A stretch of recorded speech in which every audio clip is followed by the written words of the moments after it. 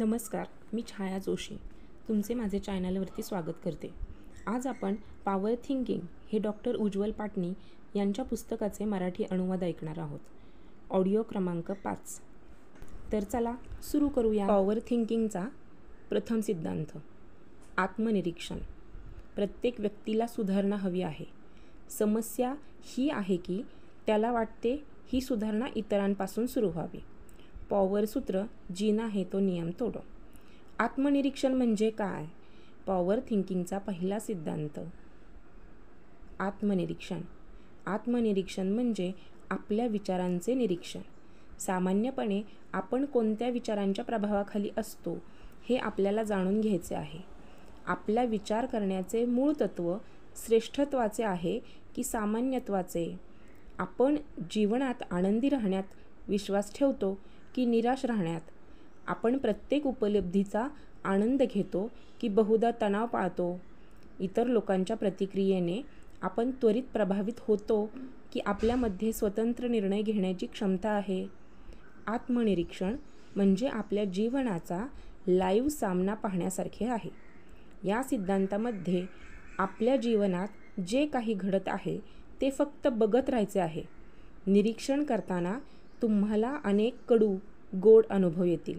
आपले जीवन ध्येयाच्या दिशेने जात आहे की नाही हे तुम्हाला कळेल.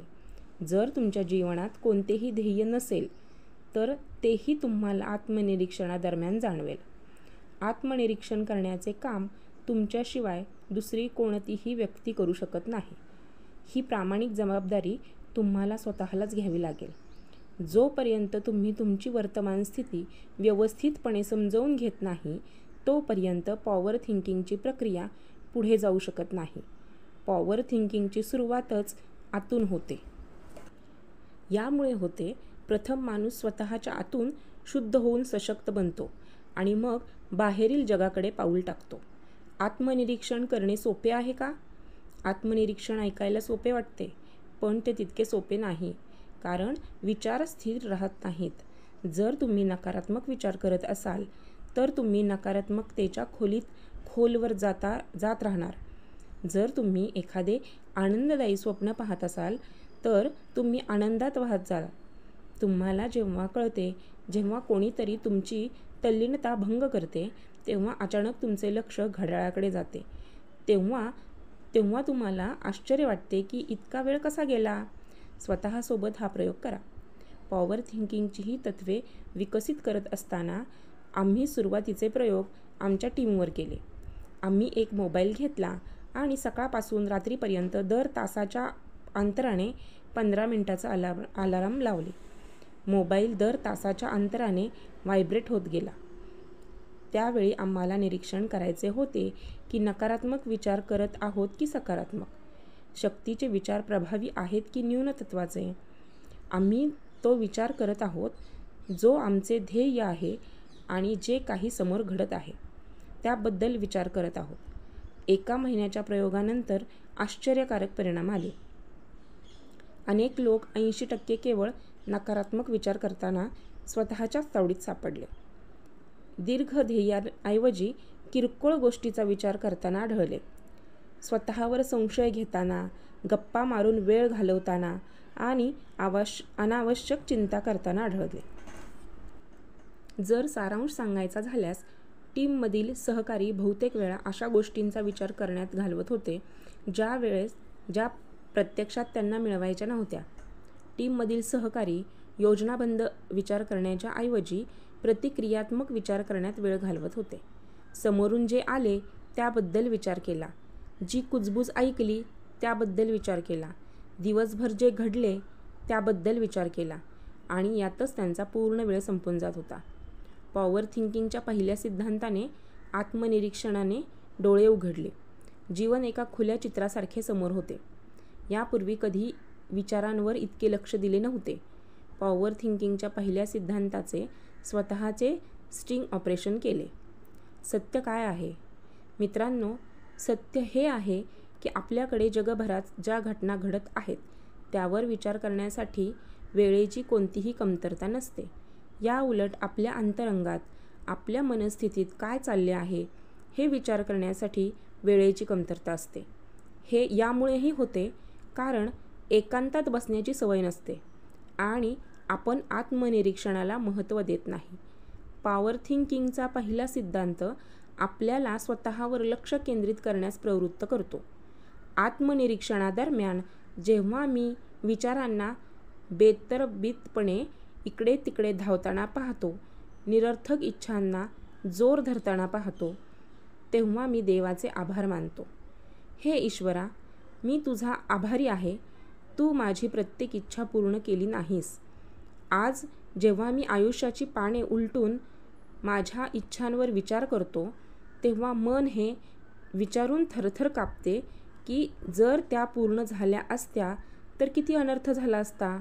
पॉवर सूत्र: जगायचे असेल तर नियम तोडा. मित्रांनो, विचारांच्या निरीक्षणादरम्यान आपल्या कृती आणि सवयींचे निरीक्षण करणे आवश्यक आहे. लोकांना असे वाटते की त्यांच्या वेळेचा सर्वोत्तम उपयोग करतात, पण आत्मपरीक्षणात नंतर त्यांना हे सत्य कळते की बराच वेळ अनावश्यक कामामध्ये घालवतात. लोकांना असे वाटते की ते नेहमी ध्येयावर चालत आहेत, पण जेव्हा ते आत्मपरीक्षण करतात तेव्हा त्यांना सत्य कळते की आपण प्राथमिकता आपल्या चुकलेल्या आहेत. ते गैरजरुरी कामांना प्राधान्य देतात, त्याच्यामुळे जरुरीची कामे मागे राहतात. आत्मपरीक्षण तुमच्या सवयीशी ओळख करून देते. तुम्ही टाळाटाळ करता, तुम्ही बहाणेबाजी करता, तुम्ही नवीन गोष्टीचा स्वीकार करायला किती विरोध करता, तुम्ही TV, मोबाईल इत्यादींवर किती वेळ घालवता, तुम्ही अनावश्यकपणे किती वेळ वाया घालवता इत्यादी आपल्या सवयींवर लक्ष दिल्यास तुम्हाला पुढील आयामामध्ये त्या सुधारण्याची संधी मिळते. रहस्य 2 प्रकारचे असतात: जे तुम्ही इतर लोकांपासून लपवता आणि जे तुम्ही स्वतःपासून लपवता. आत्मपरीक्षणादरम्यान दोन्ही रहस्यांशी तुमचा सामना होतो. आत्मपरीक्षण करताना लक्षात घ्या, तुम्ही जास्त वेळ काय विचार करता? रोजच्या जीवनात कोणत्या गोष्टीवर तुमचे जास्त लक्ष असते? बहुतेक वेळा त्या मौल्यवान असतात की अर्थहीन? तुमच्यासमोर सध्या कोणत्या खऱ्या समस्या आहेत? त्या समस्यांची खरी कारणे काय आहेत? जीवनात श्रेष्ठता आणण्यात कोणत्या सवयी तुम्हाला थांबवत आहेत? तुमची दिनचर्या तुम्हाला यश मिळवण्यात मदत करेल का? मित्रांनो, फक्त 7 दिवस आत्मपरीक्षण करा. तुमच्या जीवनातील बदल घडून येईल. कारण तुम्हाला कळेल की तुम्ही आज कुठे आहात, तुम्हाला कुठे जायचे आहे, तुमच्या सध्याच्या स्थितीला जबाबदार कोण आहे. ईश्वराने करून घेतलेले आत्मपरीक्षण एका अत्यंत समृद्ध आणि यशस्वी व्यक्तीच्या जीवनात ती सर्व साधने होती ज्याची स्वप्न जगातील कोट्यावधी लोक बघतात. शानदार बंगले, गाड्या, अनेक कारखाने, हजारो कर्मचारी, सुंदर पत्नी, एक मुलगा, अमाप बँक बॅलन्स, त्याच्याकडे सर्व काही होते. अचानक काही वर्षात त्याच्या जीवनात अशा घटना घडल्या की तो आकाशातून जमिनीवर आला. बंगले विकले गेले, कारखाने बंद पडले, पत्नी घर सोडून गेली, मुलगा ड्रग ॲडिक्ट झाला आणि आता तो कर्जात बुडाला. त्या व्यक्तीला देवाचा तिरस्कार येऊ लागला. त्याला वाटले की देवाने जाणून बुजून त्याच्यावर एवढ्या मोठ्या संकटाचा भार टाकला आहे. एका रात्री गाढ झोपेत असताना देव त्याच्या स्वप्नात आले. तो देवावर भडकला आणि आपल्या सर्व त्रासांचे खापर त्याने देवावर फोडले. देव म्हणाले, बेटा, मी तर तुला एक खास व्यक्ती बनवून पाठवले होते आणि तुझ्या झोळीत सर्व सुखसुविधा दिल्या होत्या. आज तू ज्या स्थितीत आहेस ते तुझ्या चुकीच्या निवडीमुळे आहेस. त्यात मला दोष देऊ नकोस. तू आपल्या आत डोकावून पहा.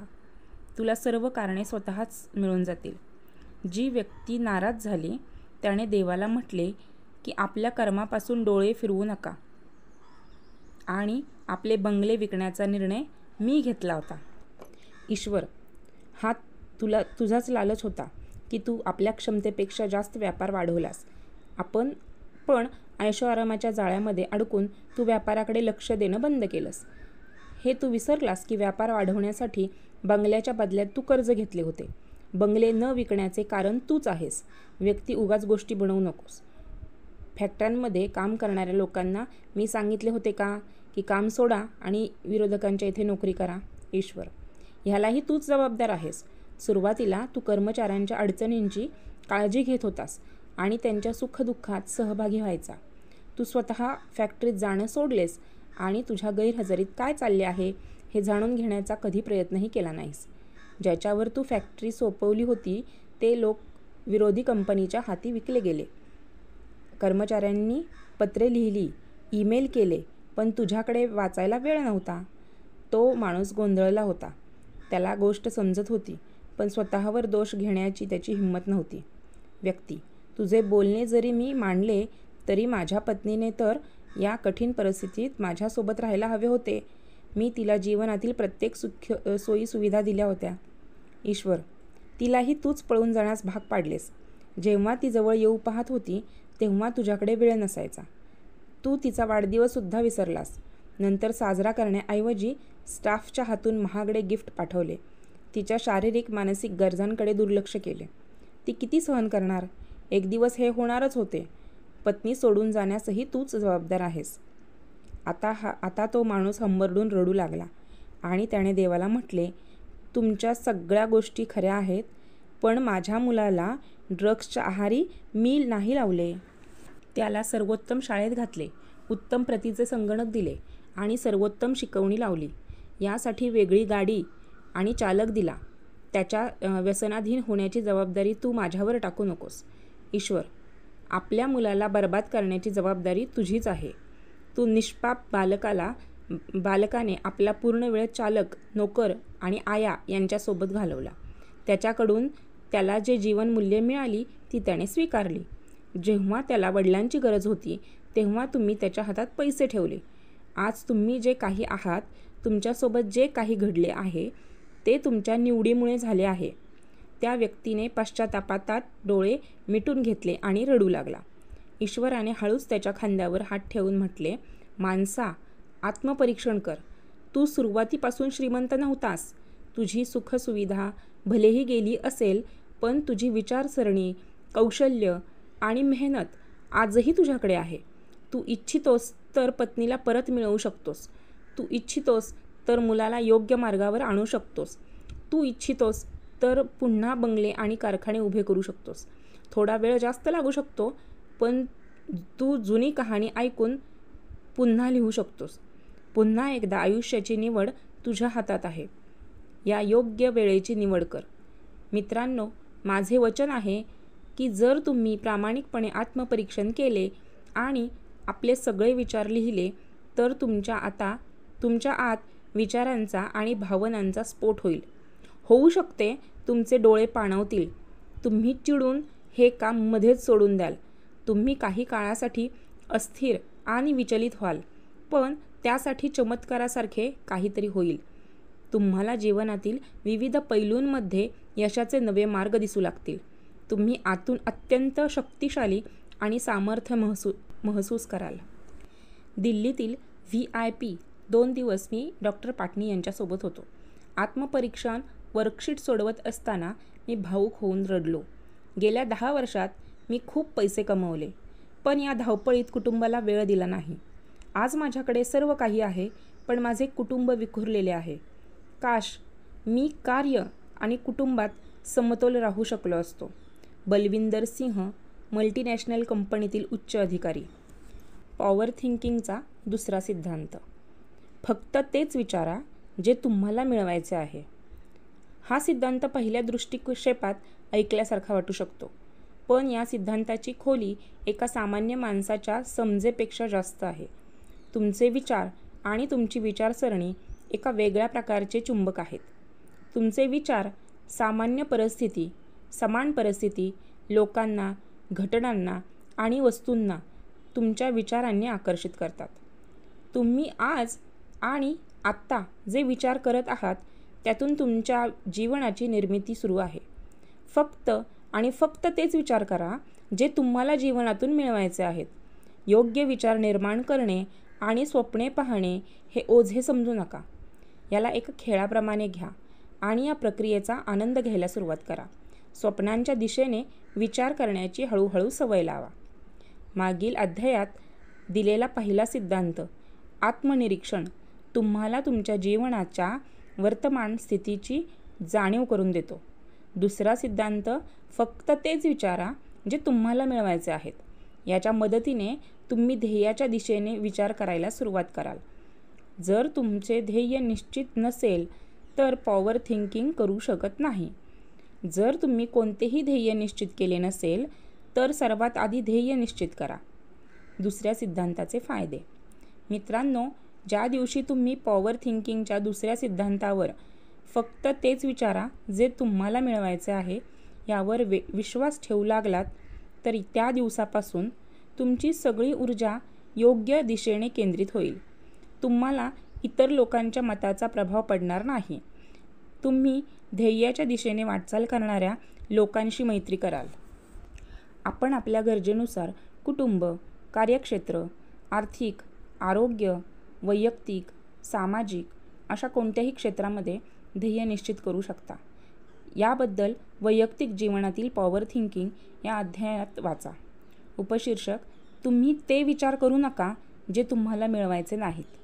दुसरे तत्त्व तुम्हाला हा महत्त्वाचा संदेश अप्रत्यक्षपणे देतो की तुम्ही ते विचार करू नका जे तुम्हाला मिळवायचे नाही. याचा थेट अर्थ असा आहे की तुम्हाला न्यूनगंड, कमजोरी, बहाणे, निराशा, हताशा, मर्यादा इत्यादी निर्माण करणाऱ्या विचारांना प्रोत्साहन देणे थांबवावे लागेल. जेव्हाही तुम्हाला असे विचार येतील, कमजोर विचार येतील, घेरतील, तेव्हा तुम्हाला ते झटकून टाकावे लागतील. ते मिळवायचे नाही, त्या विचारांपासून दूर राहायचे आहे. पॉवर थिंकर आणि सामान्य लोकांमध्ये फरक. पॉवर थिंकर काय विचार करतो? योजनाबद्ध पद्धतीने विचार करणे. तुम्ही ते विचार करता जे तुम्हाला मिळवायचे आहेत. तुमचा रिमोट कंट्रोल तुमच्या हातात असतो. तुम्ही जसे इच्छिता तसे करता. तुम्ही विचलित न होता योग्य दिशेने जाता. तुमची गती वेगळी असते. सतत कार्य करत राहता. सामान्य लोक काय विचार करतात? प्रतिक्रियात्मक पद्धतीने विचार करतात. तुमचे विचार भरकटत राहतात. तुमचा रिमोट कंट्रोल इतर लोकांच्या हातात असतो. ते जसे इच्छितात तसे तुम्ही राहता. तुमची दिशा इतर लोकांच्या प्रभावाखाली भरकटत राहते.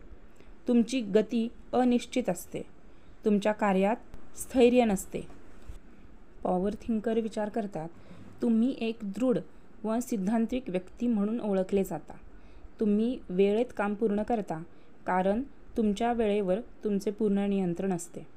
तुम्ही कमी बोलता आणि जास्त परिणाम देतात. लोक तुमच्या जीवनात अनावश्यक हस्तक्षेप करू शकत नाहीत. बहुतेक वेळा यश निश्चित असते. इतरांच्या शब्दांनी, विचारांनी किंवा कृतींनी तुम्हाला काही फरक पडत नाही. तुम्ही तुमचे काम करून ध्येय साधण्यात व्यस्त राहता. खास लोक योजनाबद्ध पद्धतीने विचार करतात. परंतु सामान्य लोक कशा पद्धतीने विचार करतात ते पाहू. तुम्हाला एक अस्थिर व्यक्ती म्हणून ओळखले जाते. तुम्ही काही वेळेत काम पूर्ण करू शकत नाही कारण वेळेवर तुमचे नियंत्रण नसते. तुम्ही जास्त बोलता, कमी परिणाम देता. इतर लोक तुमच्या जीवनात हस्तक्षेप करू शकतात.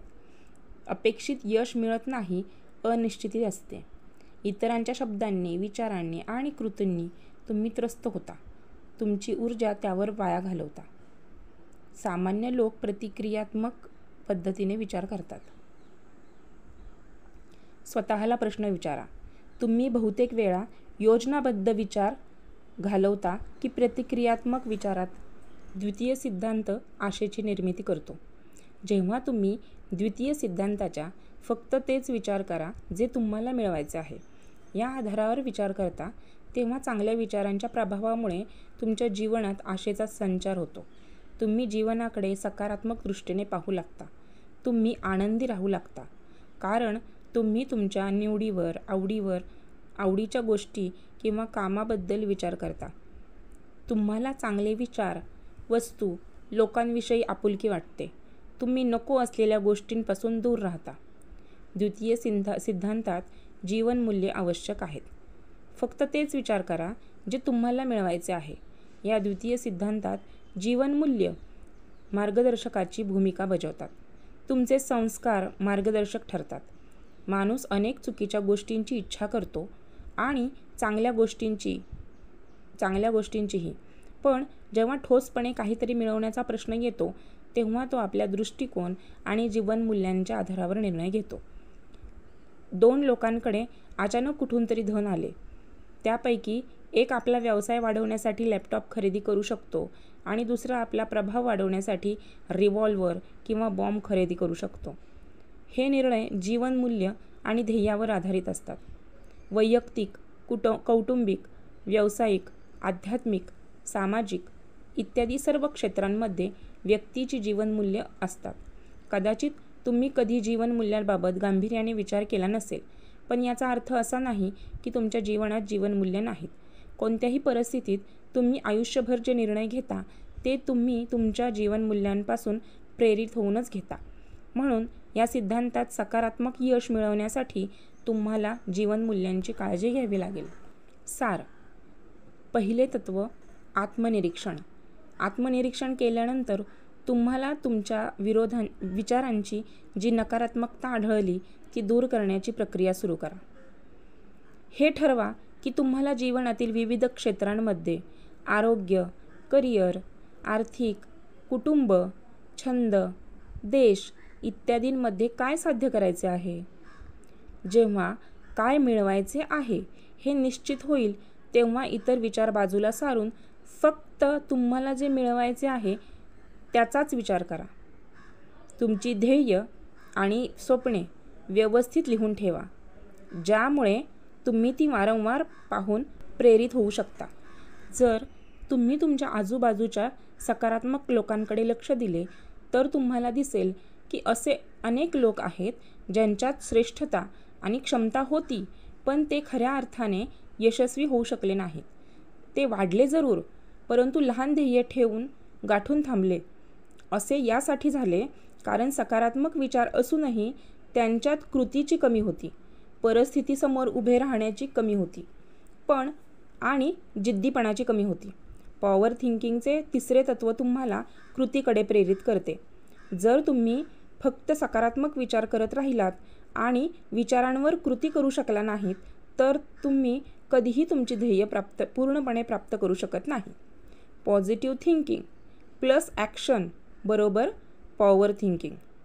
पहिल्या आणि दुसऱ्या तत्वांशिवाय तुम्हाला तिसऱ्या तत्वासाठी मार्गदर्शन मिळू शकत नाही.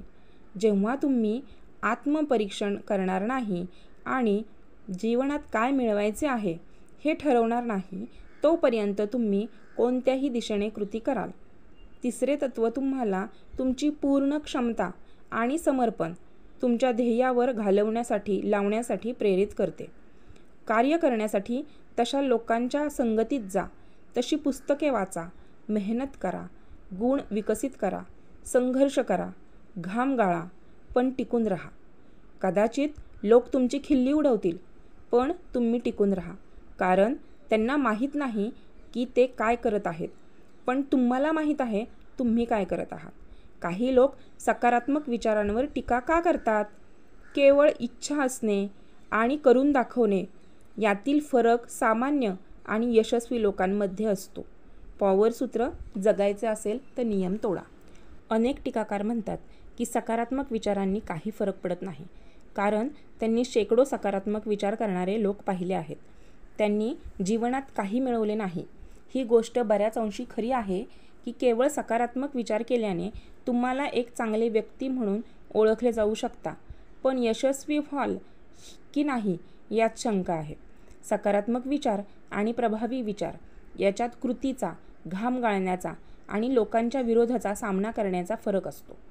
मित्रांनो, तुमच्याकडे मर्सिडीज कार आहे पण त्यात पेट्रोल नाही, तर ती कार काय निरुपयोगी आहे.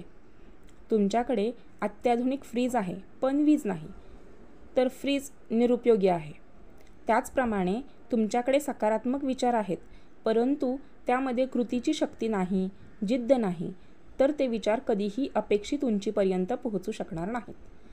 दुसऱ्या सिद्धांतात बनवलेल्या ध्येयावर कार्य करण्यासाठी तिसऱ्या सिद्धांतात तुम्हाला ठोस कृती करण्याची योजना बनवून जबरदस्त काम करावे लागेल. आपल्या सगळ्या ध्येयांबद्दल विचार करा आणि ठरवा की त्यापैकी जास्त महत्त्वाचे काय आहे.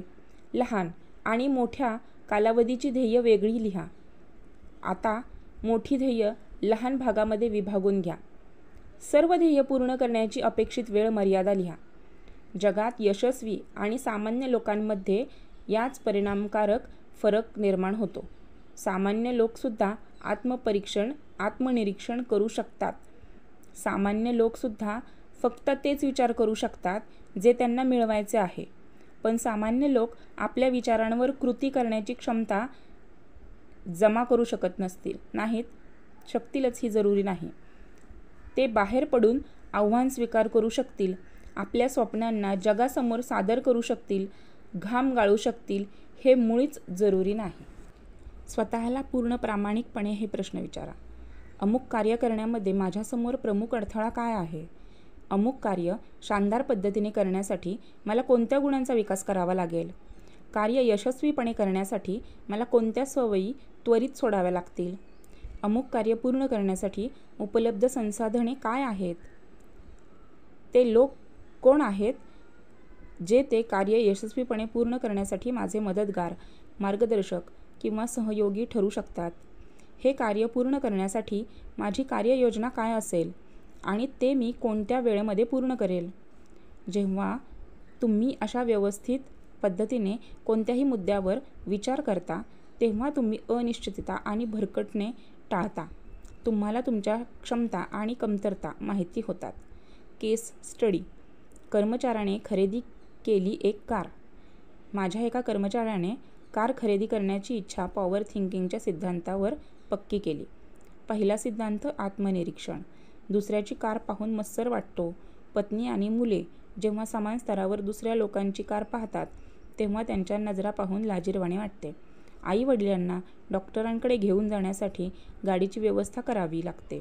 मानसिक तणाव राहतो. हीन भावना येते. दुसरा सिद्धांत फक्त तेच विचार करा जे तुम्हाला मिळवायचे आहे. पांढऱ्या रंगाची अल्टो याच वर्षी घ्यायची आहे. जेव्हा मी विचार करत होतो की मी गाडीमध्ये फिरत आहे तेव्हा मला असे वाटते की समाजात प्रतिष्ठा वाढलेली आहे. कुटुंबातील लोकांचे गर्वाने भरलेले चेहरे मला दिसले. सुखद अनुभव येतो. तृतीय सिद्धांत. जे विचारले आहे त्यावर कार्य करा. कार्याच्या सुरुवातीला स्वतःला प्रश्न विचारा. प्रमुख अडचण काय आहे? 1,00,000 रुपये कमी आहेत. अचानक पैसे येण्याचा मार्ग नाही. कार्य पूर्ण करण्यासाठी उपलब्ध संसाधने काय आहेत? गाडीच्या किमतीच्या निम्मे पैसे माझ्याकडे आहेत. कार्ययोजना काय असू शकते? संभावना विचार वापरून ऑप्शन सुरू करा. बॉसने जर कर्ज दिले तर प्रश्न लगेच सुटेल. ते पगारातून हळूहळू कापून घेतील. ओव्हरटाईम करून लवकर परतफेड करेल. 2. बॉसने कर्ज दिले नाही तर बँकेत माझे जामीनदार बनतील. 3. सहकाऱ्यांनी आर्थिक मदत करावी. तृतीय सिद्धांतावर स्टाफचे ॲक्शन. त्याने सांगितले की प्रथम सिद्धांत आणि द्वितीय सिद्धांतावर तर खूप दिवसांपासून स्वप्न रंगवत होता. पण तृतीय सिद्धांतावर येण्याची हिंमत त्याच्यात नव्हती. पॉवर थिंकिंगने हिंमत दिली. एक पाऊल आणखी पुढे जात त्याने माझ्यासमोर सगळ्या शक्यता ठेवल्या. तो एक चांगला स्टाफ होता त्यामुळे मला त्याची मदत करण्यास संकोच वाटला नाही. मी बँकेत त्याचा जामीनदार झालो. त्याने एका आठवड्यात गाडी खरेदी केली. ती गाडी आल्यानंतर त्याचा आत्मविश्वास खूप वाढला. तो आपल्या कामाप्रती आर्थिक समर्पित झाला.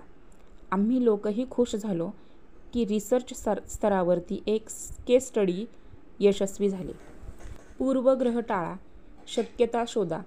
तिसऱ्या सिद्धांतामध्ये महत्त्वाचे कार्य असते जे मिळवायचे आहे त्यावर यशस्वीरित्या काम करण्याच्या मार्गात निष्पक्ष होऊन अडथळ्यांना ओळखणे आणि मग त्या अडथळ्यांना सोडवण्यासाठी निष्पक्षपणे शक्यता शोधणे. अनेकदा शक्यता शोधताना आपण पूर्वग्रहांनी ग्रासलेला असतो. आपण आधीच निर्णय घ्यायला लागतो की अमुक व्यक्ती मदत करणार नाही, अमुक व्यक्ती बोलणे ऐकणार नाही, ही युक्ती काम करणार नाही इत्यादी. याऐवजी एकदा सर्व शक्यता लिहून काढणे उचित असते. जर आपण आणखी कार खरेदी करण्याच्या कर्मचाऱ्यांच्या यादीवर लक्ष दिले तर त्याने 4 शक्यता लिहिल्या होत्या. जर कर्मचाऱ्याने आधीच असा विचार केला असता की बॉस मदत करणार नाहीत आणि जामीनदारही राहणार नाहीत तर सगळे गडबड झाले असते. त्याने हिंमत दाखवली आणि मी होकार दिला. म्हणून पूर्वग्रह टाळा आणि शक्यतांना निष्पक्षपणे शोधा. स्वतःला बक्षीस आणि स्वतःला शिक्षा. आपल्या कार्ययोजनेत पॉवर थिंकर प्रत्येक उद्दिष्टांच्या प्राप्तीसाठी वेळेची मर्यादा निश्चित करतो. अपेक्षेनुसार उद्दिष्ट प्राप्त झाल्यानंतर पॉवर थिंकर स्वतःला पुरस्कृत करतो. कोणत्या कारणाने विलंब झाल्यास किंवा भरकटल्यास स्वतःला शिक्षा देतो. स्वतःला बक्षीस आणि स्वतःला शिक्षा याबद्दल विस्ताराने दुसऱ्या अध्यायात लिहिले आहे. सार. वेळेची मर्यादा असलेल्या कार्ययोजनेवर त्वरित काम सुरू करा. सर्व शक्यतांची प्रामाणिकपणे तपासणी करा. ध्येयप्राप्तीच्या मार्गात स्वतःला बक्षीस आणि शिक्षा द्या. हे तत्त्व हिंमत आणि दृढ निश्चयावर आधारित आहे. हे अत्यंत क्रियाशील तत्त्व आहे, म्हणून जगाकडून विरोध आणि समर्थन दोन्ही मिळते. हे तत्त्व जगण्यासाठी उत्तम संगत आणि आदर्श व्यक्तींची गरज असते. पॉवर थिंकिंगचे चौथे तत्त्व. विचार आणि कृतीतून निर्माण होणाऱ्या परिणामांची जबाबदारी. हे नेतृत्वाचे तत्त्व आहे. आपल्या विचारातून निर्माण होणाऱ्या शब्दांची आणि कृतींची जबाबदारी घेणे अत्यंत कठीण असते. यशाची जबाबदारी घेण्यासाठी सर्वजण तयार असतात, पण अपयशाची जबाबदारी तेच लोक घेऊ शकतात ज्यांच्यात नेतृत्वाचे आंतरिक गुण असतो. जगात माझ्या नजरेत एकही असा महानायक नाही ज्याला आपल्या जीवनात अपयशाचा सामना करावा लागला नसेल. इतिहास साक्षी आहे की महात्मा गांधीपासून ते अब्राहिम लिंकनपर्यंत सर्वांना अपयशाचा सामना करावा लागला होता. या महानायकांमध्ये व इतर सामान्य लोकांमध्ये हा फरक होता की हे महानायक अपयशानंतरही आपल्या कार्याची जबाबदारी घेऊन उभे राहिले आणि संघर्ष करत राहिले. मी हे म्हणत नाही की पॉवर थिंकर अयशस्वी होत नाही. कधी चुकीच्या योजनांमुळे, कधी चुकीच्या लक्ष्यांमुळे, कधी समर्पणाच्या कमतरतेमुळे, कधी इतर परिस्थितींमुळे पॉवर थिंकरसुद्धा सामान्य लोकांसारखे अयशस्वी होतात. पण त्याची खूबी ही असते की आपल्या चुकीतून शिकून त्वरित उभे राहतात. व्यक्तीची महानता त्याच्या कधीही न पडण्यात आली तर पडल्यानंतर लवकर उठण्याच्या क्षमतेत निहित असते. चौथे तत्त्व. नेतृत्वाचे तत्त्व. चौथ्या तत्त्वाचे पालन करण्यासाठी चारित्र्याची गरज असते. आतून श्रेष्ठ व्यक्तीच स्थायी रूपात त्याचे पालन करू शकते. खऱ्या नेत्याची ओळख याच तत्त्वावर आधारित असते.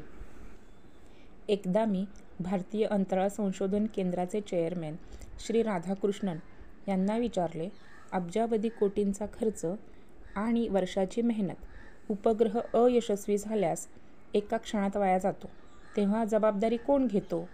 त्यांनी उत्तर दिले, काही मिनिटातच एक पत्रकार परिषद घेऊन चेअरमॅन अपयशाची घोषणा करतात आणि सर्व वैज्ञानिक पुन्हा कामाला लागतात. मी विचारले, दोषारोपण, वाद, चिखलफेक वगैरे होत नाही का? ते म्हणाले, इस्रोमध्ये या सगळ्यांसाठी जागा नाही.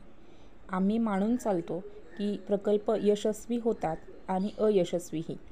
दोन्ही परिस्थितीत आम्ही निष्पक्षपातीपणे आणि धैर्याने स्वीकारतो. हे एका खऱ्या नेत्याचे खरे उत्तर होते. संपूर्ण पॉवर थिंकिंग जो बाह्य दबावापासून मुक्त असतो तोच असे उत्तर देऊ शकतो. सामान्य माणसांची मानसिकता दोष देण्याची असते. कधी नशिबाला, कधी समाजाला, कधी संगोपनाला, कधी सिस्टीमला. दोष देण्याचा सिलसिला मृत्यूशय्येपर्यंत चालतो. बहुतेक लोक आपली ऊर्जा या दोषारोपणामध्ये आणि सबबी देण्यात खर्च करतात. जर तुमच्यात अखंडता असेल, जर कशानेही काही फरक पडत नाही, जर तुमच्यात अखंडता नसेल तरीही कशाने काही फरक पडत नाही. Alan Simpson. चौथे तत्त्व तुम्हाला वचनबद्ध करते. पॉवर थिंकिंगचे चौथे तत्त्व तुम्हाला तुमच्या विचारांची आणि परिणामांची 100% जबाबदारी घेण्यास शिकवते. विचारांवर आधारित असलेल्या कृतींची जबाबदारी घेण्यास शिकवते. चौथ्या सिद्धांताचे पालन केल्यावर तुम्हीही खरे पॉवर थिंकर बनता. जोपर्यंत जबाबदारी घेण्याचे धाडस निर्माण होत नाही तोपर्यंत आत्मपरीक्षण करण्याची हिंमत होणार नाही. जोपर्यंत आत्मपरीक्षण होणार नाही तोपर्यंत सुधारणेची प्रक्रिया सुरू होणार नाही. या सिद्धांताचे पालन करून तुम्ही खालील गोष्टींसाठी वचनबद्ध होता. मी माझ्या विचारांची पूर्ण जबाबदारी घेतो. मी माझ्या शब्दांची पूर्ण जबाबदारी घेतो. मी माझ्या कृतीची पूर्ण जबाबदारी घेतो. मी माझ्या कृतीतून मिळणाऱ्या परिणामांची पूर्ण जबाबदारी घेतो. मी माझ्या जीवनाची संपूर्ण जबाबदारी घेतो. ओसामा बिन लादेनची पॉवर थिंकिंग. ओसामा बिन लादेनसुद्धा तिसऱ्या सिद्धांतापर्यंत पॉवर थिंकिंग करत असेल. तो सुद्धा पहिल्या सिद्धांतानुसार आत्मनिरीक्षण करत असेल. तो सुद्धा दुसऱ्या सिद्धांतानुसार फक्त तोच विचार करत असेल जे त्याला मिळवायचे आहे. तो सुद्धा तिसऱ्या सिद्धांतानुसार जे विचारले आहे त्यावर कार्य करत असेल. पण चौथ्या सिद्धांताचे पालन तो करू शकत नाही. ओसामा बिन लादेन आपल्या कृत्यांची 100% जबाबदारी घेऊ शकत नाही. 11 सप्टेंबरच्या हल्ल्यामध्ये हजारो लोकांचे प्राण गेले आणि निर्दोष जीवांवर ओसामाचा अधिकार नव्हता. म्हणून सर्व नकारात्मक लोक अपूर्ण पॉवर थिंकर राहतात. जोपर्यंत तुम्ही पॉवर थिंकिंगच्या चौथ्या सिद्धांताला आत्मसात करून कृतीतून, शब्दातून, विचारातून लीडर बनत नाही, तोपर्यंत तुम्ही संपूर्ण पॉवर थिंकर बनू शकत नाही. याच सिद्धांताच्या कसोटीवर जग तुमचे कौतुक करते. तुमच्या कार्याचे महत्त्व इतर लोकांकडून मोजले जाते आणि त्यानुसार तुम्हाला प्रसिद्धी किंवा पद प्राप्त होते. जर चौथा सिद्धांत काढून टाकला तर हे जग एका जंगलात बदलेल, जिथे फक्त शक्तिशाली लोकांचे राज्य असेल. या सिद्धांतावर जीवनमूल्य आणि माणसाच्या प्रतिष्ठेचे महत्त्व आहे आणि समाज व जगाच्या प्रति जबाबदारीची जाणीव आहे. स्वतःला प्रामाणिकपणे विचारा, प्रामाणिक प्रश्न विचारा. चौथा सिद्धांत एका प्रकारे मागील 3 सिद्धांतांचे ऑडिट आहे. तुमच्या इच्छा, ध्येय बरोबर होती की चूक? तुमचे काम करण्याची पद्धत बरोबर होती की चूक? हे मूल्यमापन याच सिद्धांताद्वारे शक्य होते. चौथ्या सिद्धांताच्या कसोटीवर प्रामाणिक प्रश्न विचारा. मी योग्य काम केली आहेत का?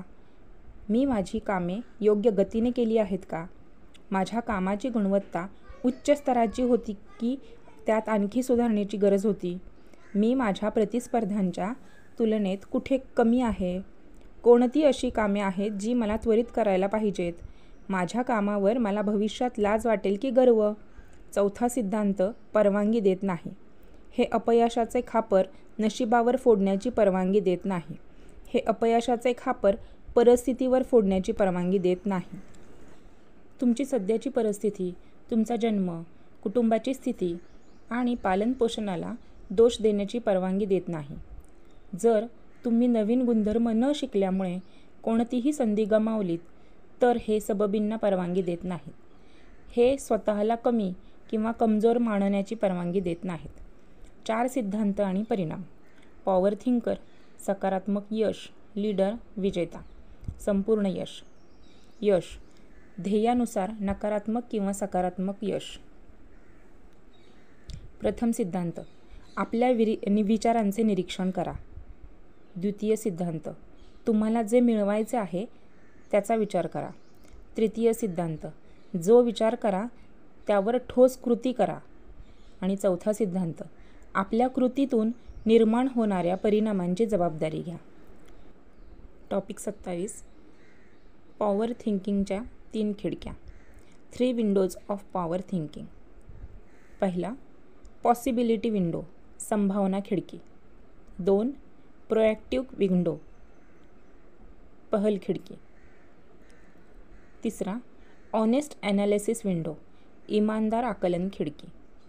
जेव्हा तुमच्यात कोणत्याही मुद्द्याकडे अनेक दृष्टिकोनातून पाहण्याची क्षमता असते तेव्हाच तुम्ही पॉवर थिंकर बनू शकता.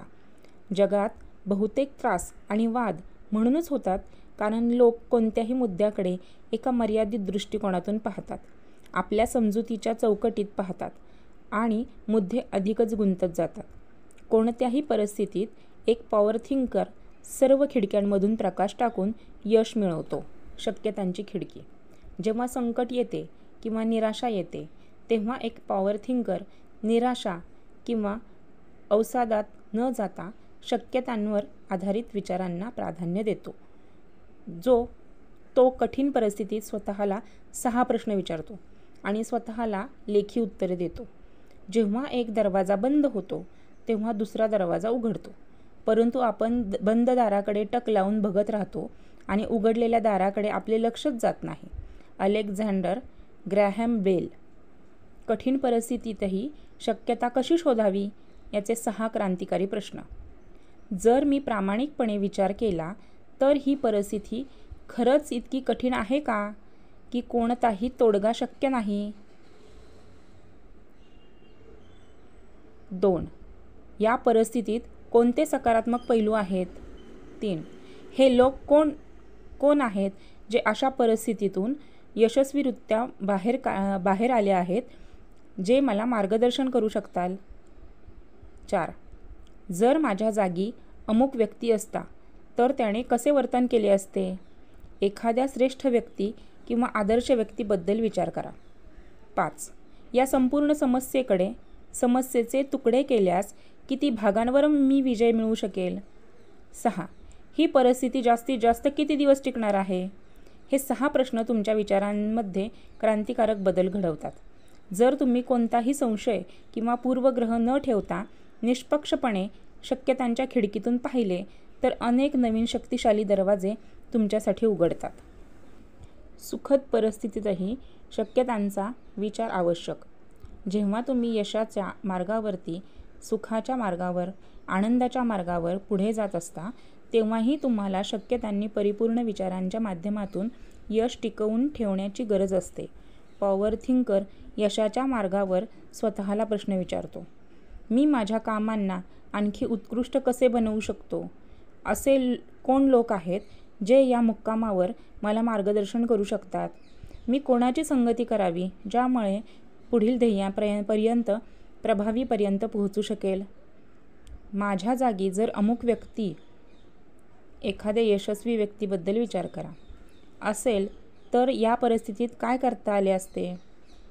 मी कोणते नवीन गुण विकसित केले पाहिजेत ज्यामुळे मी आगामी आव्हानांसाठी तयार होऊ शकेन? शक्यतांच्या खिडकीतून पाहण्याचे नियम. कोणताही पूर्वग्रह न ठेवता पहा. कोणत्याही मर्यादांशिवाय पहा. जो कोणी सल्ला देत आहे त्याला पूर्णपणे नाकारण्याच्या ऐवजी तटस्थपणे विचारा. मार्ग मिळणे निश्चित आहे हा विश्वास मनात जागृत ठेवा. आत्तापासून गुण आणि दोष ठरवू नका. नेहमी सर्व शक्यतांवर लिहून विचार करा. तज्ज्ञांचा सल्ला घ्या. ज्यांनी अशा परिस्थितीतून मार्ग काढला आहे त्यांचा सल्ला घ्या. एकदम वेगळ्या मूडमध्ये, वेगळ्या ठिकाणी, ताज्या विचारांनी शक्यता शोधा. जर तुम्हाला जीवनात पॉवर थिंकर बनायचे असेल तर यश असो वा अपयश असो, प्रत्येक मार्गावर संभाव्यतेच्या खिडक्यातून स्वतःला भरपूर प्रश्न विचारा. बिझनेस गुरुकुलमध्ये डॉक्टर पाटणी यांनी संभाव्यता खिडकीचा उपयोग शिकवून माझ्या जीवनातील बदल घडवून आणला. मी पूर्वी छोट्या अडचणींना विचलित व्हायचो. आता काही मोठी संकटे आल्यावर सुद्धा स्वतःला 6 प्रश्न विचारतो. संभाव्यता खिडकीमुळे आता माझी प्रत्येक अडचण दूर झाली आहे. डॉक्टर अनिरुद्ध बहल. पुढाकार घेण्याची खिडकी. जगात बहुतेक लोक पुढाकार घेण्यास घाबरतात व इतरांची वाट पाहतात. या उलट पॉवर थिंकरला अनेकदा अडचणी येण्यापूर्वीच समाधान तयार करावे लागते. इतर लोकांच्या तुलनेत पुढाकार घेण्यासाठी जलद गतीने पुढे जावे लागते. पुढाकार अर्थात प्रोॲक्टिव्ह गुणांमुळे तुम्ही आपोआपच लीडर म्हणून प्रस्थापित होता. पुढाकार घेण्याची भीती खूप मोठी असते, पण हे सत्य आहे की जसा एखादी व्यक्ती योग्य मुद्द्यावर पुढाकार घेतो तसे इतर लोक त्याच्या मागे येतात. पुढाकार घेणे जीवनातील प्रत्येक क्षेत्रात तुमचे नेतृत्व दर्शवते. असे होऊ शकते की तुम्ही खूप गुणी असाल, तुम्ही चांगले गात असाल, चांगली चित्रकला करत असाल, चांगले भाषण देत असाल, मिमिक्री करत असाल, पण तुमचा कोणताही गुण इतर लोकांना कळेलच नाही. जेव्हा तुम्ही पुढाकार घेऊन त्यांना हे दाखवाल, कठीण प्रसंगी, परंतु जेव्हा तुम्ही स्वतःहून पुढाकार घेऊन मार्ग दाखवता तेव्हा इतर लोक तुम्हाला नेता म्हणून स्वीकारतात. एका महिलेच्या पुढाकाराने मोठा परिणाम. एका शहराच्या गजबजलेल्या एक भागात एक दारूचे दुकान उघडले होते. दुकान उघडल्यानंतर काही दिवसातच तेथे राहणारे सर्व लोक खूप त्रस्त आणि दुःखी झाले. संध्याकाळ होताच तिथे असे वातावरण तयार व्हायचे की महिला आणि मुलांना बाहेर पडणे कठीण झाले होते. तो परिसर खूप अशांत झाला होता. सामान्य लोक विरोधात होते, पण कोणीही समोर येऊन व्यक्त होण्यास विरोध करण्यास तयार नव्हते. कोणाला भीती वाटत होती, कोणाला वेळेची कमतरता होती, कोणाला जबाबदारी घ्यायची नव्हती, कोणाकडे घर थोडे दूर होते, तर काही लोक विचार करत होते की या फंदात कोण पडेल. 2 महिन्यानंतर अचानक एका महिलेने त्या दुकानासमोर उपोषणाची घोषणा केली. तिने तर एक दरी अंथरली आणि ती दुकानासमोर रस्त्यावर बसली. संध्याकाळपर्यंत काही महिला तिच्यासोबत सामील झाल्या. दुसऱ्या दिवशी खूप सारे लहान मुलेही सामील झाले. 2 दिवसानंतर पूर्ण वस्ती त्या दुकानासमोर उपोषणाला बसली. मीडियाने या बातमीला प्रमुखता दिली. लोकांच्या दबावामुळे प्रशासनाला तातडीने दुकान बंद करण्याची घोषणा करावी लागली. त्या दिवसांपासून ती महिला त्या मोहल्ल्याची अनधिकृत नेता म्हणून प्रस्थापित झाली. हे सर्व त्या महिलेच्या पुढाकारामुळे झाले. संपूर्ण भारताला भ्रष्टाचाराने अशा प्रकारे जखडून ठेवले आहे, हे कोणापासूनही लपलेले नाही. त्याच्या विरोधात पूर्ण ताकदीने पुढाकार घेणाऱ्यांची कमतरता होती. जसे श्री कृष्णा हजारे यांनी पुढाकार घेतला, तसे संपूर्ण भारतातील कोट्यावधी लोक यांच्यासमोर आले. सामान्य जनतेइतकीच सशक्त प्रतिक्रिया अनेक वर्षापासून दिसली नव्हती. ज्या सत्याग्रहाला लोक मागील काळात शस्त्र मानित होते, त्याच सत्याग्रहाने सरकारला झुकवले आणि लोकपाल विधेयक समितीची घोषणा करावी लागली. एका योग्य मुद्द्यासाठी केलेला पुढाकाराच्या ताकदीने हे एक ताजे उदाहरण आहे. अण्णा हजारे यांचा हा पुढाकार आणि समर्थनाचा जनसागर एका व्यक्तीच्या ताकदीला सुद्धा सिद्ध करतो. एक पॉवर थिंकर सुखद आणि दुःखद दोन्ही परिस्थितीत पुढाकार घेतो. सुखाला स्थायी बनवण्यासाठी आणि दुःखाचे निराकरण करण्यासाठी तो पूर्ण शक्ती लावतो. तो स्वतःला प्रश्न विचारतो, वैयक्तिक जीवनामध्ये कोणत्या मुद्द्यांवर पुढाकार घेण्याची आवश्यकता आहे? करिअरमध्ये कोणत्या मुद्द्यावर त्वरित पुढाकार घेण्याची आवश्यकता आहे? सामाजिक जीवनात कोणत्या मुद्द्यावर पुढाकार घेतल्याने परिस्थिती सुधारू शकते? पॉवर थिंकर शक्यता शोधतो आणि पुढाकार घेतो. एकटा शक्यता दिसताच तो कामाला लागतो. पॉवर थिंकर आणि पॉझिटिव्ह थिंकरमध्ये हाच फरक आहे. पॉझिटिव्ह थिंकर हा एक श्रेष्ठ व्यक्ती असतो, पण हे आवश्यक नाही की प्रॅक्टिकल लाईफमध्ये तो यश मिळवू शकेल. पण जर सकारात्मक विचारांसोबत जर ॲक्शनची पॉवर टाकली नाही तर परिणाम अर्धवट राहतात. पुढाकार खिडकीतूनच पाहण्याचे नियम. योग्य मुद्द्यांवर प्रामाणिकपणे पुढाकार घ्या. पुढाकार घेताना स्वतःला एकटे किंवा कमजोर समजू नका. जर तुमचा पुढाकार योग्य दिशेने असेल तर लोक आपोआप जोडले जातील. पुढाकार घेताना इतर लोकांच्या सहमतीची वाट पाहू नका. पुढाकार घेताना कोणत्याही प्रकारचा आळस किंवा टाळाटाळ भावना नसावी. पुढाकार घेण्याची सवय लावा. 3. प्रामाणिक मूल्यमापन खिडकी. तुम्ही प्रथम शक्यता शोधल्या आणि नंतर त्यावर पुढाकार घेऊन कार्य केले. आता विचार करायचा आहे की त्यातून तुम्हाला किती लाभ झाला. तुम्हाला त्याच मार्गावर पुढे जायचे आहे की नवीन मार्ग शोधायचे आहेत. जर तुम्ही मूल्यमापन केले नाही तर असे होऊ शकते की तुम्ही चुकीच्या मार्गावर इतके दूर जाल की परत येणे खूप कठीण होईल. जेव्हा तुम्ही कोणत्याही क्षेत्रात काम करता तेव्हा टप्प्याटप्प्याने ऑडिट करणे आवश्यक आहे. परिस्थितीचे प्रामाणिक मूल्यमापन तुमच्या भविष्यातील योजना ठरवतात. प्रामाणिक मूल्यमापनासाठी स्वतःला खालील 9 प्रश्न विचारा. 1. काय तुम्ही पूर्ण शक्तीने कार्य केले होते? 2. काय कार्य योग्य होते? 3. काय कार्य योग्य पद्धतीने केले गेले होते? 4. तुमच्याद्वारे केलेल्या कार्याची गुणवत्ता कशी होती? 5. या कार्यामुळे तुमच्या प्रतिष्ठेवर काय फरक पडला? 6. कार्यामुळे तुमच्या सामाजिक परिस्थितीत काय फरक पडला? 7. काय तुम्ही अपेक्षित यश मिळवू शकला? 8. काय तुम्ही 100% समर्पित होता? 9. काय तुम्ही प्रत्येक उपलब्ध संधीचा लाभ घेतला? या प्रकारच्या प्रामाणिक मूल्यमापन अद्भुत परिणाम देतात. हेच मूल्यमापन किंवा आढावा थोड्या थोड्या अंतराने होणे अनिवार्य आहे. पॉवर थिंकर म्हणते की फक्त चांगले विचारसरणी ठेवणे किंवा चांगल्या दिशेने पुढाकार घेणे पुरेसे नाही. यासाठी तुम्हाला तुमच्या कार्याचे ऑडिट करावे लागेल. ज्याप्रमाणे एक व्यापारी ऑडिट केल्यानंतरच निव्वळ नफा किंवा निव्वळ तोटा समजू शकतो, त्याचप्रमाणे पूर्ण प्रामाणिकपणे वर लिहिलेल्या 9 प्रश्नांच्या माध्यमातून मूल्यांकन करणे आवश्यक आहे. तुम्ही यशस्वी आहात की नाही हे महत्त्वाचे नाही. महत्त्वाचे हे आहे की तुम्ही तुमच्या क्षमतेनुसार यशस्वी झाला आहात की नाही. पॉवर सूत्र जीन आहे तो नियम तोडो. सार: कोणत्याही परिस्थितीत सर्वप्रथम शक्यतेची दृष्टिकोनातून पहा. सकारात्मक शक्यतेकडे पूर्ण ताकदीने पुढाकार घ्या. कार्यानंतर 100% प्रामाणिकपणे मूल्यमापन करा. टॉपिक 28: 3 परिस्थिती आणि पॉवर थिंकिंगमधून मिळणारे समाधान. परिस्थिती 1: ट्रॅफिक जाममध्ये अडकलेले विजय आणि अभिज्ञान. अभिज्ञान आणि विजय आपापल्या कारमधून शहरातील एका महत्त्वाच्या रस्त्याने जात आहेत. अचानक ट्रॅफिक हळूहळू जात होतं आणि काही मिनिटात शेकडो गाड्या थांबतात. चोहोंकडून हॉर्नचा गोंधळ आहे. अभिज्ञान आणि विजयसुद्धा या ट्रॅफिक जाममध्ये अडकतात. काही मिनिटांनंतरच वैतागून विजय आपली गाडी मागे घेण्याचा प्रयत्न करतो, तेव्हा मागच्या गाडीचा चालक जोरजोरात हॉर्न वाजवतो.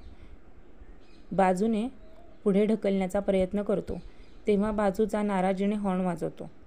रागात विजय बाहेर येतो आणि जवळजवळ उभ्या असलेल्या ट्रॅफिक पोलिसांना जामचे कारण विचारतो.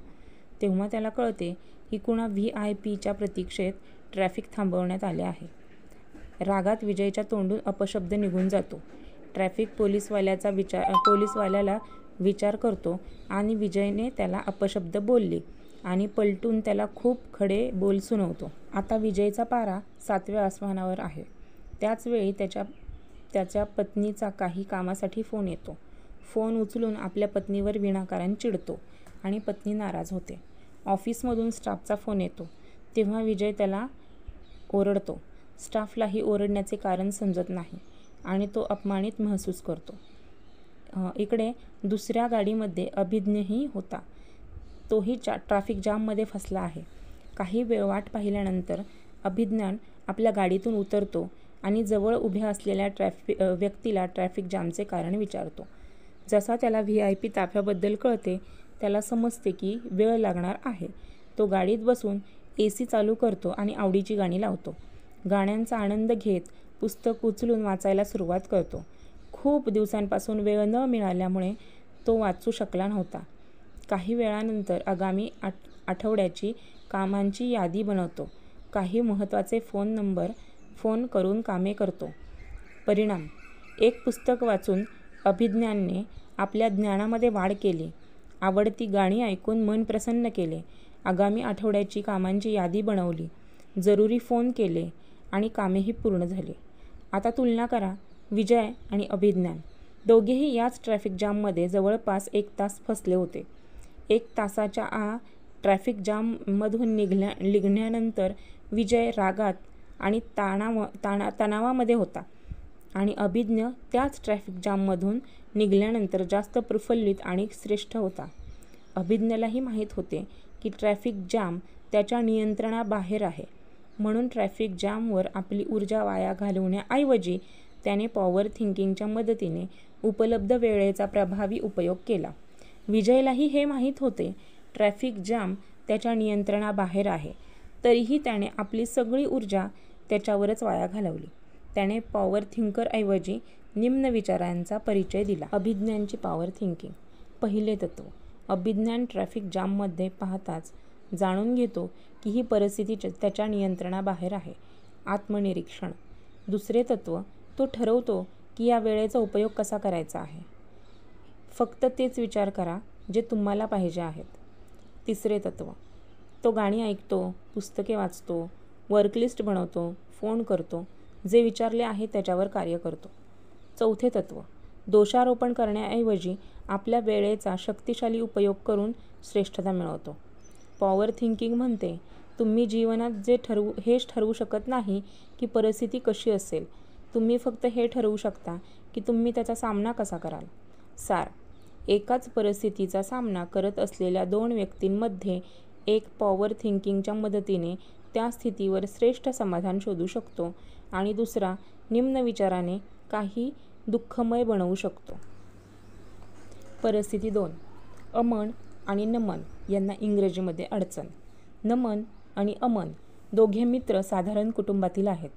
घरातील अडचणींमुळे त्यांचे शिक्षण सामान्य हिंदी माध्यमांच्या शाळेत झाले. दोघांनाही एका इंजिनिअरिंग कॉलेजमध्ये प्रवेश मिळाला. दोघांसमोर अडचण ही होती की संपूर्ण अभ्यासक्रम आणि पुस्तके इंग्रजीमध्ये होती. इंग्रजी चांगली नसल्यामुळे ते आपले वर्गात मत मांडू शकत नव्हते आणि शिकवलेला विषयही त्यांना समजत नव्हता. त्याच्यासोबतच बहुतेक इंग्रजी माध्यमात शिकलेले विद्यार्थी होते. नमन आणि अमन इतर विद्यार्थ्यांना अस्खलित इंग्रजीमध्ये बोलताना बघायचे तेव्हा त्यांना न्यूनगंड वाटायचा. काही दिवसांनंतर पहिल्या सेमिस्टरची परीक्षा झाली. त्यात दोघेही एका विषयामध्ये नापास झाले. नमन आणि अमन चिंतित होते कारण दोघांनाही घरच्यांनी त्यांच्याकडून मोठ्या अपेक्षा ठेवल्या होत्या. दोघांनी आपापल्या परीने तोडगा काढायला सुरुवात केली. अमन शांत बसून विचार करू लागला की अभ्यासक्रम, पुस्तके, परीक्षा सगळे इंग्रजीमध्ये आहेत आणि जर इंजिनिअरिंग करायचे असेल तर इंग्रजी शिकायलाच पाहिजे. या विचारात त्याने कृती करण्याची तयारी दर्शवली. त्यांनी हिंमत एकवटली आणि एका शिक्षकांकडे जाऊन आपली समस्या सांगितली. शिक्षकांनी सहानुभूती दाखवत त्याला इंग्रजीच्या टिप्स दिल्या.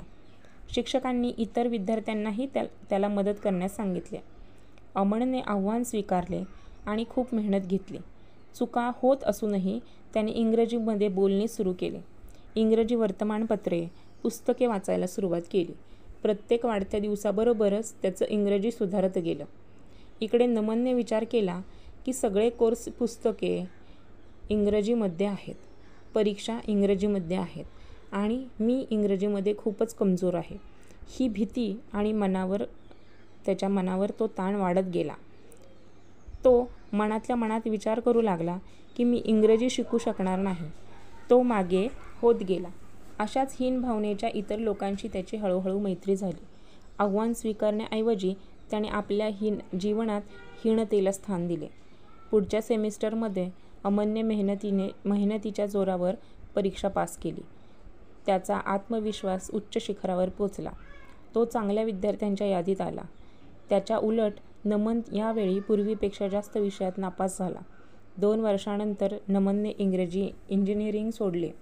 पॉवर थिंकिंगच्या बळावर अमन यशाची पायरी चढत गेला. मित्रांनो, समान अडचणी आणि संकटामध्ये तुम्ही अमनसारखे पॉवर थिंकिंगची निवड करून जीवनाची सूत्रे आपल्या हाती घेऊ शकता. आपली कमतरता ओळखून त्या दूर करण्यासाठी त्या दिशेने मेहनत करू शकता. किंवा नमनसारखे तुम्ही हीनतेच्या विचारामध्ये बुडून त्या परिस्थितीत हार मानून आपल्या स्वप्नांचा गळा घोटू शकता. Power thinking. पहिले तत्त्व इंग्रजी येत नाही म्हणून हीनता व कमजोरी महसूस होते. आत्मनिरीक्षण. दुसरे तत्त्व, इंग्रजी शिकून इंजिनिअरिंगची डिग्री मिळवायची आहे. काय मिळवायचे आहे? तिसरे तत्त्व, शिक्षकांशी बोललो, पुस्तके वाचली, इंग्रजीमध्ये बोलणे सुरू केले, वर्तमानपत्रे वाचली. ॲक्शन.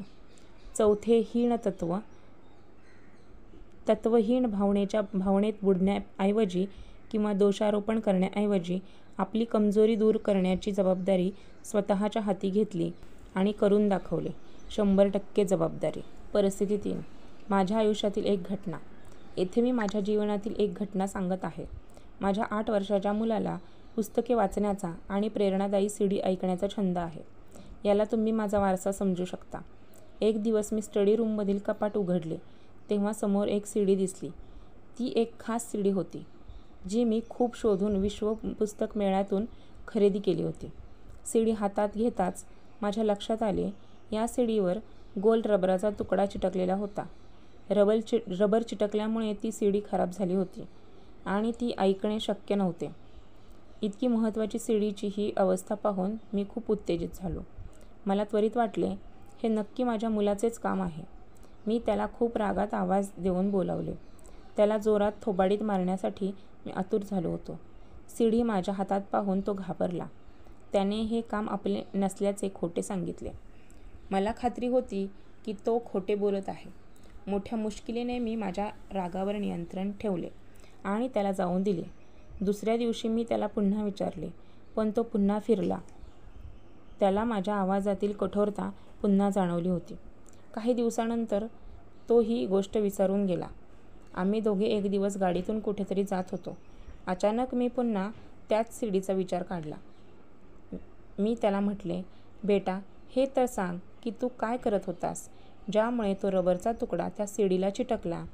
तू जाणून बुजून तर असे करणार नाहीस. तू नक्कीच काहीतरी खास काम करत असशील. माझं इतकंच म्हणणं होतं की त्याचे डोळे चमकले. त्या चालत्या गाडीत लगेच माझ्याकडे वळून बसला आणि मला सांगू लागला. तो म्हणाला, पप्पा, टीव्हीवर मी मॅड नावाचा एक कार्यक्रम पाहत होतो. मॅडवाले अंकलने 2 सीडी घेतल्या आणि दोघांमध्ये रिबरीचे 2 तुकडे लावले. त्या चिटकवल्या. दोन्ही सीडीवर रंगीत कागद चिटकवला आणि स्केच पेनने कार्टून बनवले. दोन्ही सीडीच्या मधली जागा पेन स्टँड झाली. पेन स्टँड इतकाच सुंदर बनवला होता की तुम्हाला काय सांगू. मग मी विचारले, मग तू काय केले? तो म्हणाला, पप्पा, मी तुमच्या ड्रॉवरमध्ये रबराचे 2 तुकडे पाहिले होते. तेथेच एक सीडी पडलेली होती. मी ते तुकडे काढले आणि सीडीवर चिटकवले. तो म्हणाला, मग काय झाले? मी म्हणालो, मग काय झाले? तो म्हणाला, पप्पा, तो रबराचा तुकडा खराब होता. त्यात एकाच बाजूला ग्लू होता आणि दुसऱ्या बाजूला सीडी चिटकलीच नाही. म्हणून मी पेन स्टँड पूर्ण नाही बनवू शकलो. पप्पा, तुम्ही दोन्ही बाजूला ग्लू असलेला रबराचा तुकडा आणून द्या. मला तुम्हाला पेन स्टँड गिफ्ट करायचे आहे. त्याच्या चेहऱ्यावरची चमक, त्याचे स्वतःला एक शास्त्रज्ञ समजणे, त्याचा उत्साह बनवून मी देवाला धन्यवाद दिले. जर मी त्या दिवशी त्याला रागामध्ये एक थोबाडीत मारली असती तर पुढच्या वेळी कदाचित त्याने कोणताही प्रयोग केला नसता. माझ्यासाठी भलेही एक खास सीडी होती, पण त्याच्या बालमनासाठी ती एक सामान्य वस्तू होती, ज्याच्या मदतीने तो मला एक गिफ्ट देऊ इच्छित होता. मी पॉवर थिंकिंगच्या मनात आभार मानले, ज्याने मला आवेशात चुकीचा निर्णय घेण्यापासून वाचवले. वर्कशीट क्रमांक 3. पॉवर थिंकिंगचा अनुभव वर्कशीट. तुमच्या आयुष्यातील अशी कोणती तरी घटना लिहा जिथे तुम्ही पॉवर थिंकिंगचा उपयोग केला होता. पुढील पुस्तक भाग 6 मध्ये ऐकू. तुम्हाला हे ऑडिओ बुक आवडत असेल तर सबस्क्राईब करा आणि तुमचे एक सबस्क्राईब मला पुढील ऑडिओ बनवण्यासाठी प्रोत्साहित करेल. तुमचे काही सल्ले किंवा मार्गदर्शन असेल तर कमेंटमध्ये सांगा. धन्यवाद.